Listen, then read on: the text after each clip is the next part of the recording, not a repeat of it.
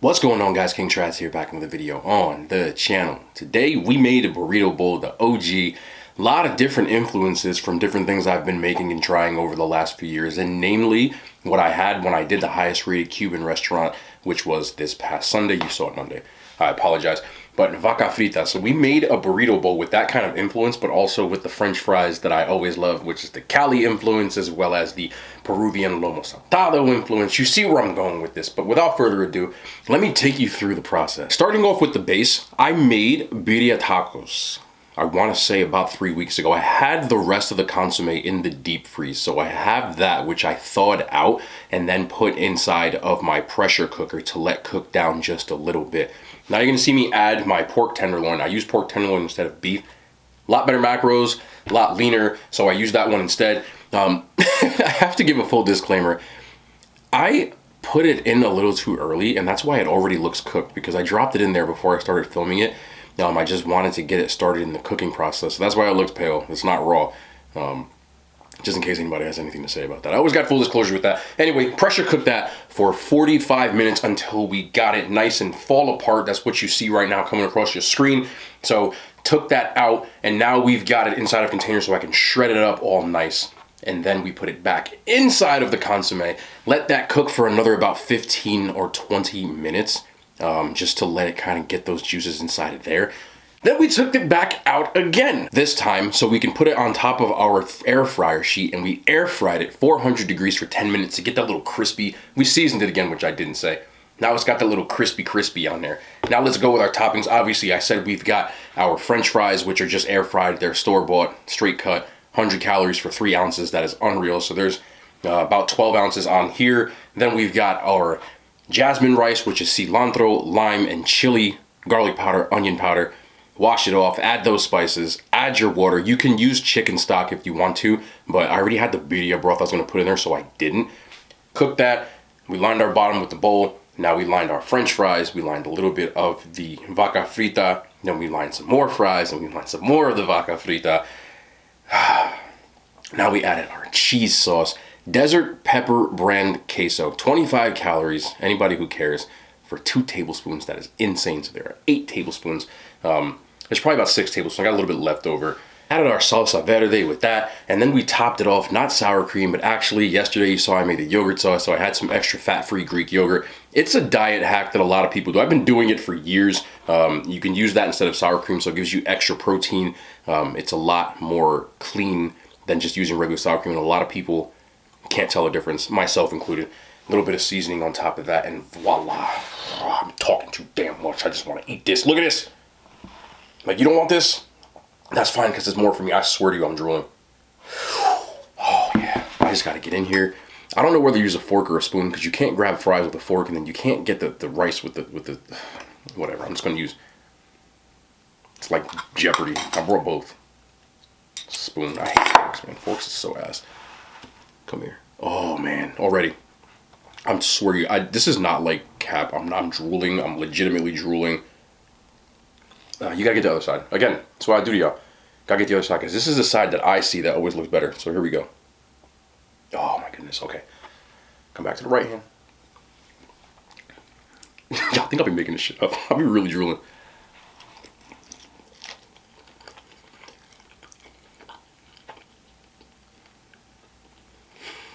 I'm done with this shit. Give me sour cream, give me sour cream. Sour creamy.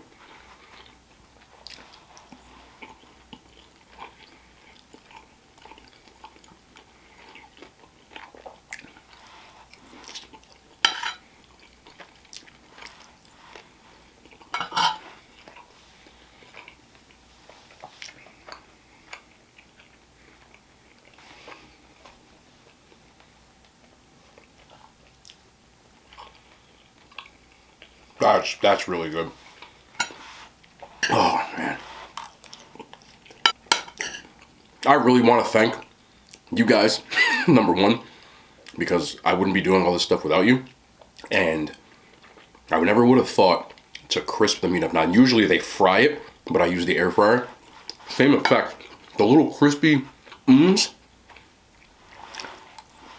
I told you, I tell you,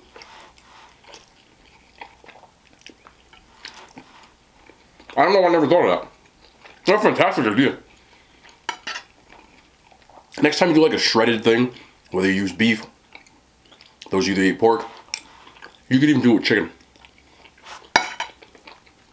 I love the little extra flavor. Just make sure when you take it out of whatever you cooked it in, give it a little more seasoning. You gotta season your food. I shouldn't have to tell you that.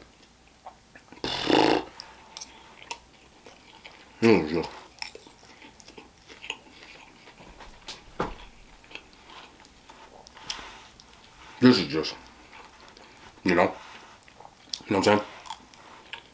I know I didn't say anything.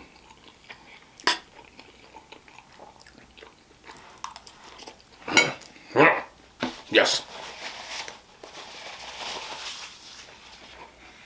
You're gonna see a lot of tissues to the mouth. I don't like the sour cream. I don't know, around the mouth. I can deal with cheese. Sour cream's nah, because it's, you know.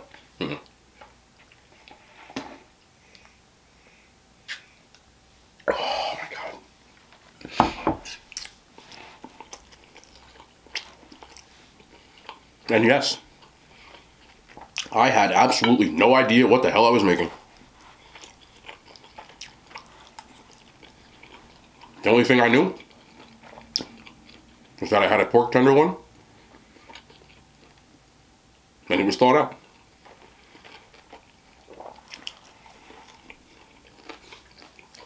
I did my post-Thanksgiving shopping over the weekend. See, most people worry about Cyber Monday, Black Friday. I worry about who's going to eat all this meat they put on sale. Now we're going to town. If you haven't gone grocery shopping yet, they're just giving protein away at this point. Because around holidays, Thanksgiving, especially, Super Bowl Sunday is another one. Easter, Christmas. These stores never want to get caught with extra, like not enough, you know, food. So there's usually an excess amount of turkeys, chicken, beef. And every year, I don't know why they do this, because nobody buys beef for the most part on Thanksgiving. Of course, some people do, but like most of the masses are buying turkeys. So the beef just sits there. Pork tenderloin, stuff like that, just sits there. And I do this every year, right around this time. In fact, if you check the video from a year ago today, I bet I was saying the same stuff. This is what I do. I've been doing it ever since I moved. I lived on my own. After every holiday, go buy food. They couldn't give it away faster than they try. And who am I to deny it? Especially if you have most people, these days myself included, you have a second fridge or a freezer. If you got that deep freeze, go to town. Stock up on the stuff that you like. You'll thank me. If you didn't know that, now you know. If you did know, I'm not trying to insult your intelligence. I'm trying to throw y'all a little knowledge, you know. A little bit of hacks, I guess you would call it. You know.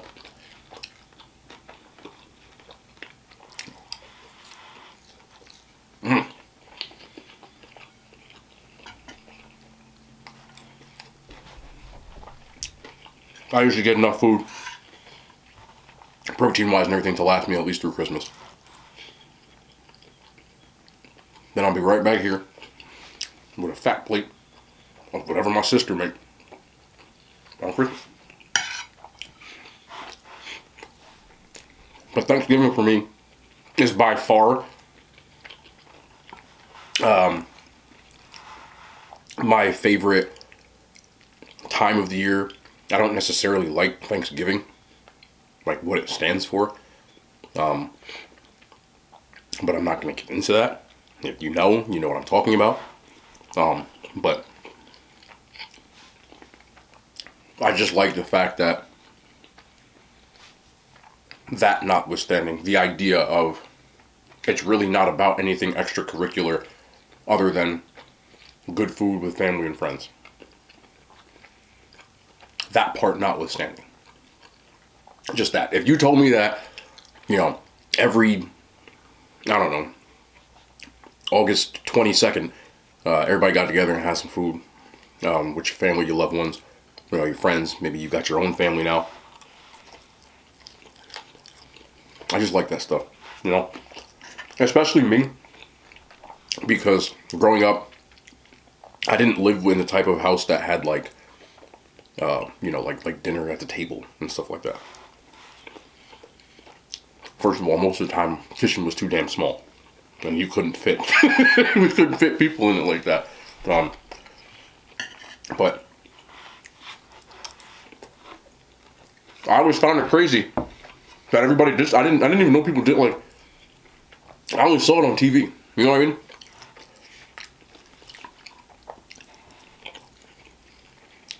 There was only like 2 times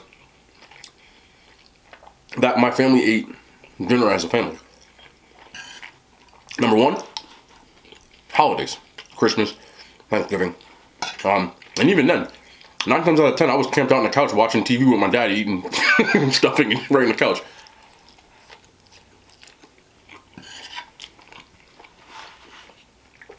Number 2, I don't know why people do this, but you have to. Taco night.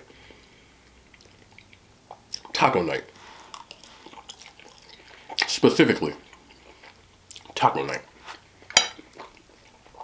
You know, you put all the stuff out, all the meat and the cheese and the tacos and, you know, the salsa. You get it. And you'd be sitting there making tacos and everybody talking.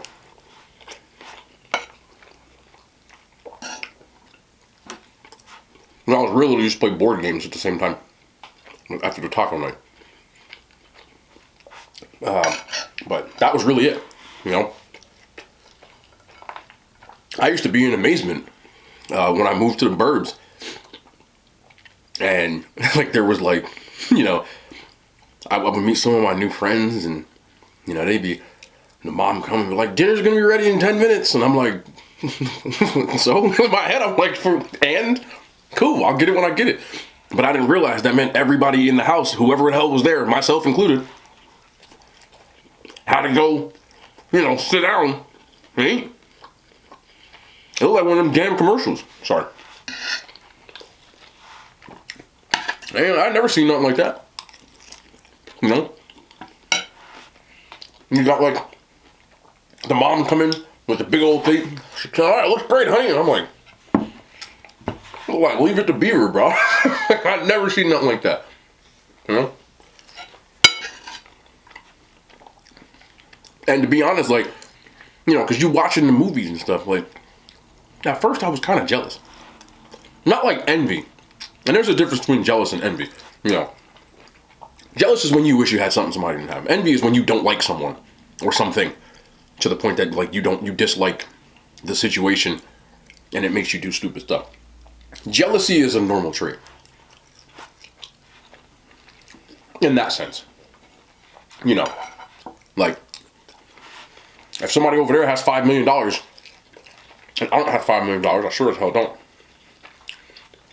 I'm jealous, you know? But I don't hate you for it. I'm not mad at you for it. I'm not wishing bad things upon you. I just wish I had it. You know what I'm saying? That kind of jealousy. You know, don't be a hater. You can be jealous, but don't be a hater. Anyway, I just never saw shit like that, so I was always baffled. You know, and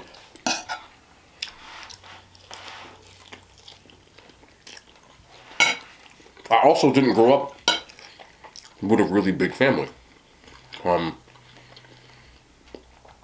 never really knew a lot of people from one side of my family for one reason or another. Not really gonna get into it.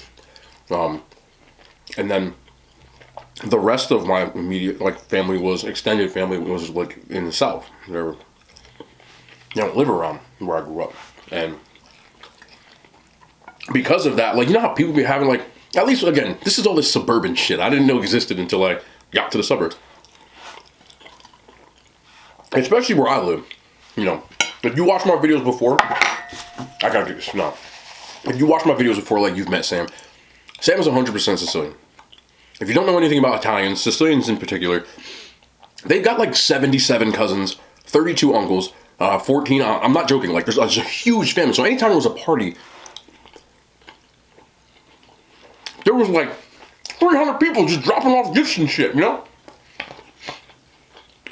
And I'm not even getting to his friends, some of his family. So like a Christmas at his house or Thanksgiving, it's like crazy. It's mad people, which is dope. But I was kind of jealous because my holidays consisted of the people that lived in my house. And if I was lucky, maybe my aunt and then her kids. That's it. Like the most family gatherings I've ever seen in one place was maybe like 10 people. Maybe. You know? I didn't necessarily have like, all these aunts and uncles, and then you go to school around Christmas time or your birthday. You know, everybody else got these fucking munchkins and shit they used to hand out, and I remember none of that shit. And it was the worst at Christmas time. I'm not saying this stuff because I'm sad. I'm just telling you kind of how it was. It was the worst at Christmas time though, because that was the time where I lived in a pretty diverse area.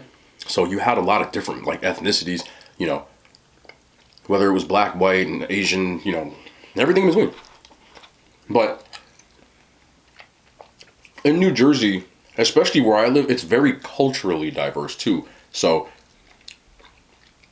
not only do you have like black people, but you have Afro-Latino people, or people that might be like African or African American, or you know, Caribbean, West Indian, you know, so on and so forth, and all had huge families. Like people weren't just white; they were Italian, they were Greek, they were Polish, they were, you know what I mean. So a lot of like first or second generation people who came across, you know, were immigrants. Huge families. I had none of that shit. So when you come after like Christmas break, after New Year's, and you come back on January 3rd, whatever it was, and the teacher always did this shit. And I never wanted to talk about it. Right? They'd be like, oh, everybody, and then they go around the class and everybody tell what they got for Christmas. And these kids would be naming shit for like 20 minutes, bro. They'd be like, yeah, you know, my parents got me this, and then my uncle, and this uncle, and my grandma, and then grandma, and my cousins, and all. And they'd be sitting there for like 5 minutes, all this stuff. And I'm genuinely, when I say this, I'm not like complaining. It was just like the contrast, and it was a hint of like, man, I wish I had all that stuff. Because okay, if put it this way. Say you had $1 million, and you were in a room full of billionaires, and then you were like, oh, look, I just bought myself a house, and all these billionaires were like, yeah, I just bought Canada. You know what I mean? You'd be like, ah. It's not that you're mad or even upset, but it's just like, man, you got all that? You know? So, whenever they get to me, I'm not gonna lie. I used to lie. I used to like make shit up. I'll be like, yeah, my grandma got me this, and like, listen.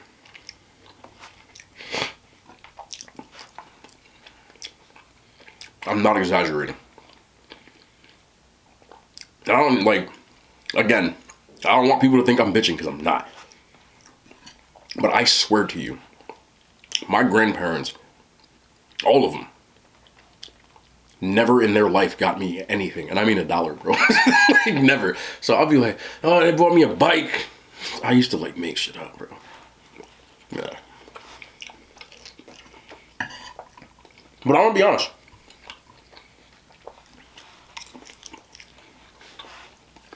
I like that. I prefer how I grew, not the family part, but like I didn't get a lot of shit. And I like that aspect because, one, I don't need a lot of things to make me happy now. Two, I don't really put value on a lot of material shit. It never mattered to me, you know? If I got one gift on Christmas, I was happy. If I got no gifts, and yes, there were Christmases where we didn't really get anything, I was still happy. You know? When we were super young, like, we didn't have a lot, but I was still happy. I remember there was somebody in the comments one time that said, why am I always talking about, you know, the trenches and the struggle, you know, like, why don't you talk about happy memories? Those were happy memories. You think poor people aren't happy? Because you still can be. Especially as a kid.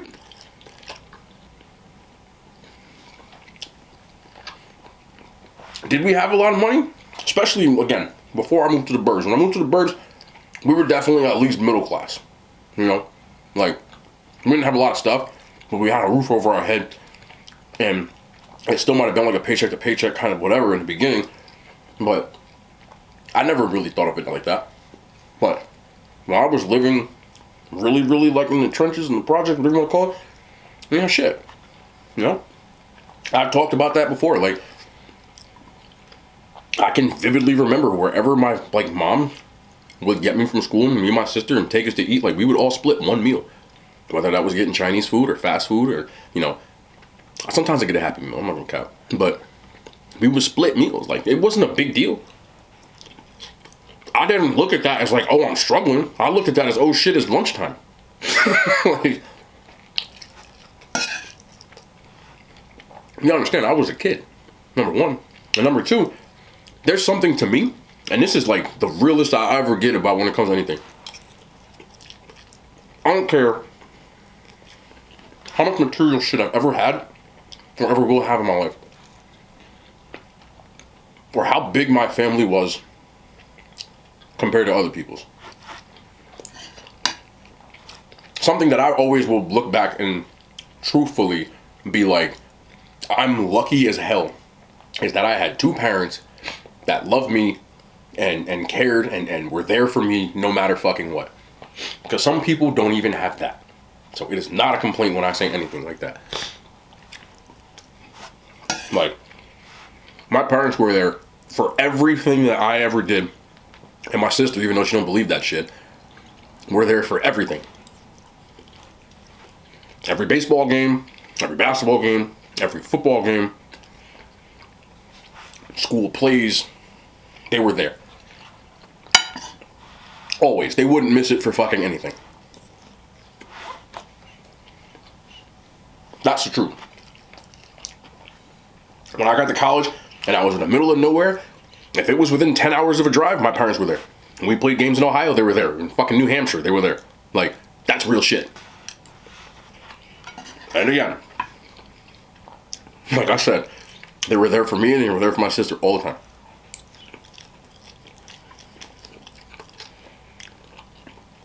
I used to get dragged to my sister's softball games as a kid. I fucking hated it. But we were there. All of us. You know?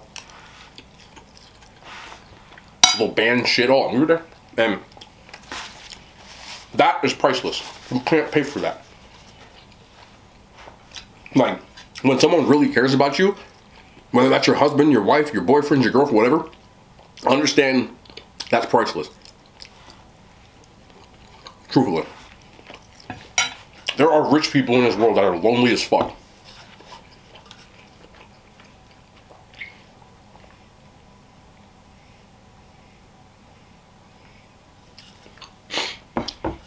And I argue about this with my friends all the time.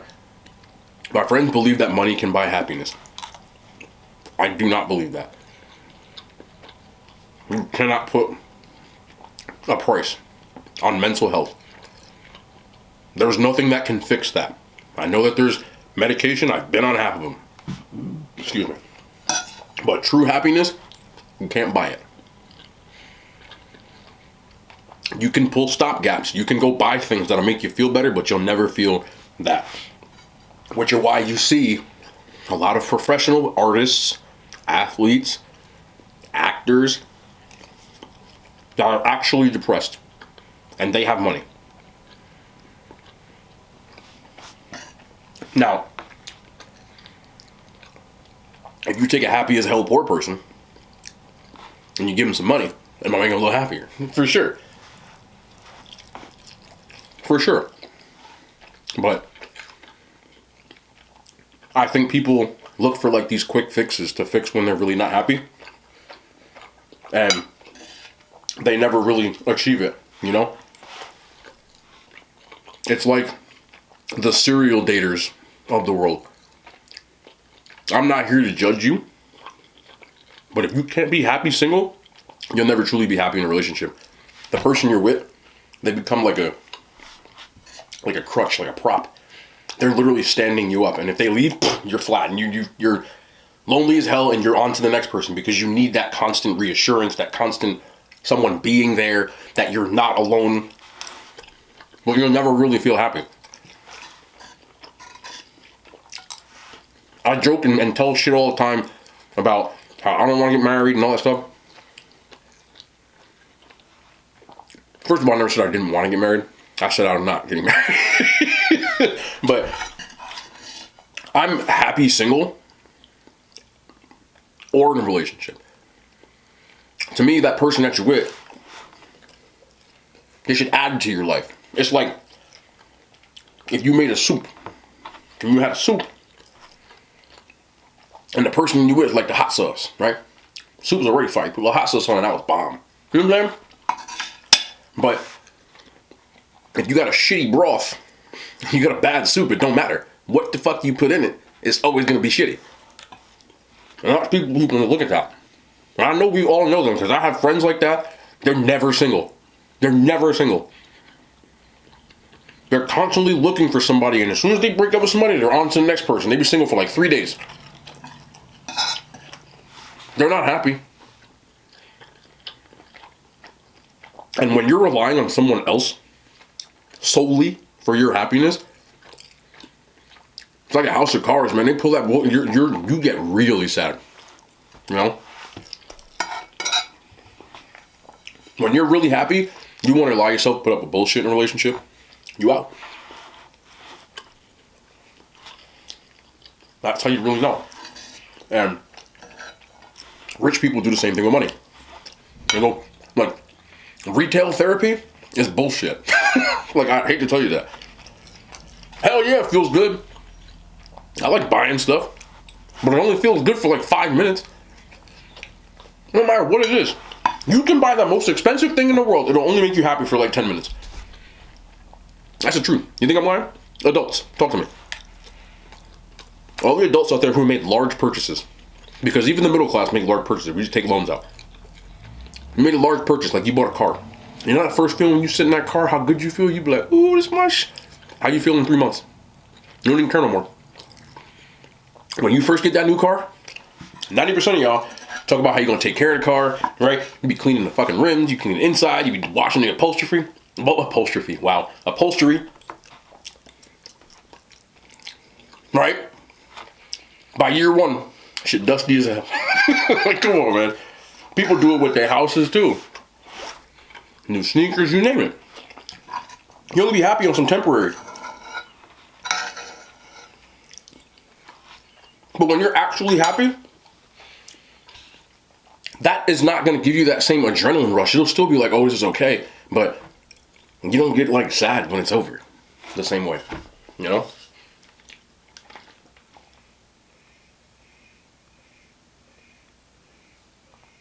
Bro, this be hitting. Y'all don't know. Y'all don't know. Man, I was fired up. Y'all should try this. Anyway, what's tomorrow? Wednesday? I think we might be out of the kitchen tomorrow.